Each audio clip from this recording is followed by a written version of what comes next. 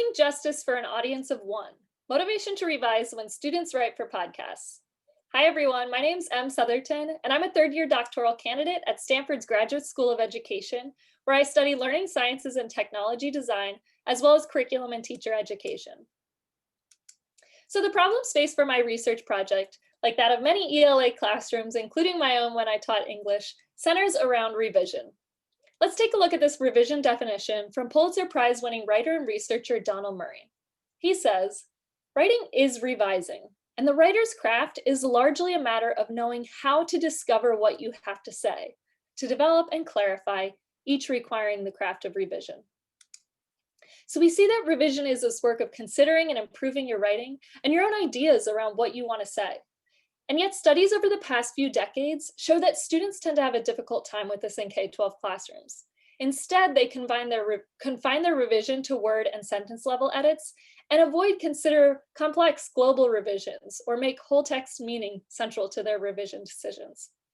These are actions that expert and high ability writers are said to do with frequency.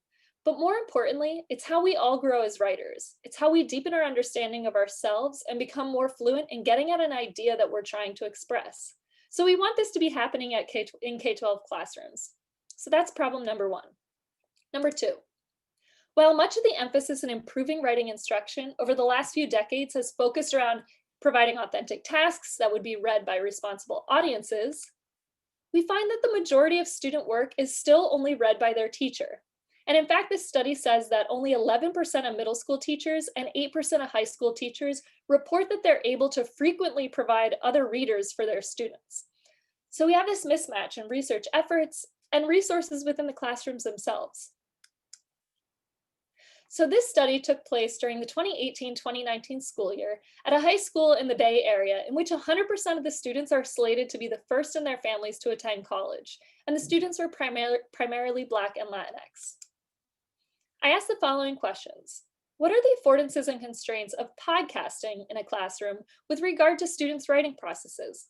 And how might an audience of one influence students' decision-making processes, and specifically their motivation to write and revise?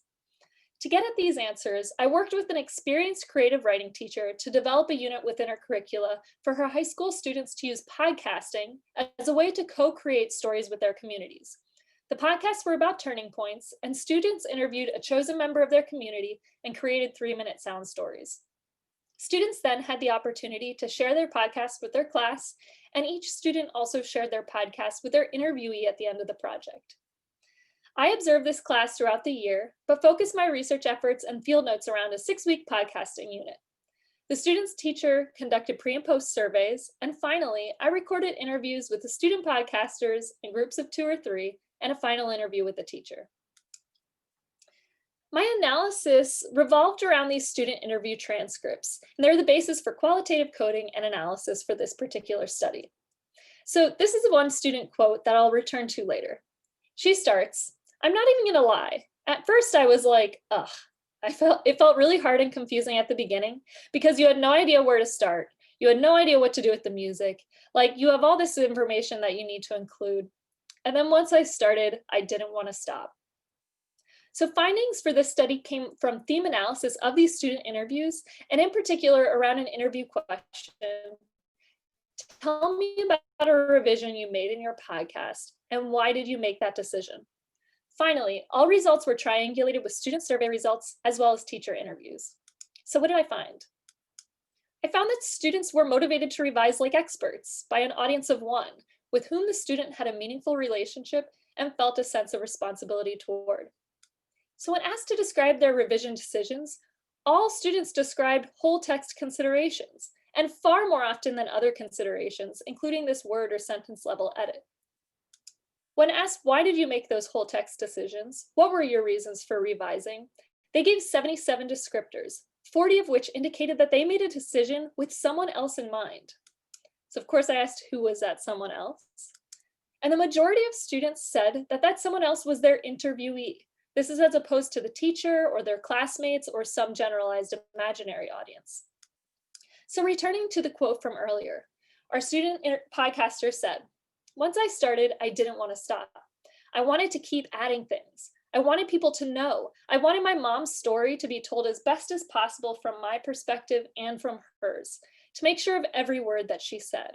At first, you're just like, I'm going to just say whatever, but you become passionate about something. Because again, it's nonfiction, it's your story, it's someone else's story. And as much as you want to think like it's just a story, it's something more than that at the end of the day. So the student's teacher triangulated these results, saying that students had a sense of responsibility to their interviewee, that they had this feeling that was like, well, I just want to do her justice. So there's some implications and next steps for this study, including looking at revision habits, audience size, opportunities for teachers to more meaningfully incorporate meaningful audiences into the classroom, and of course, to continue growing our understanding of the motivational impacts of audience size and type. So thank you very much, and I look forward to your questions.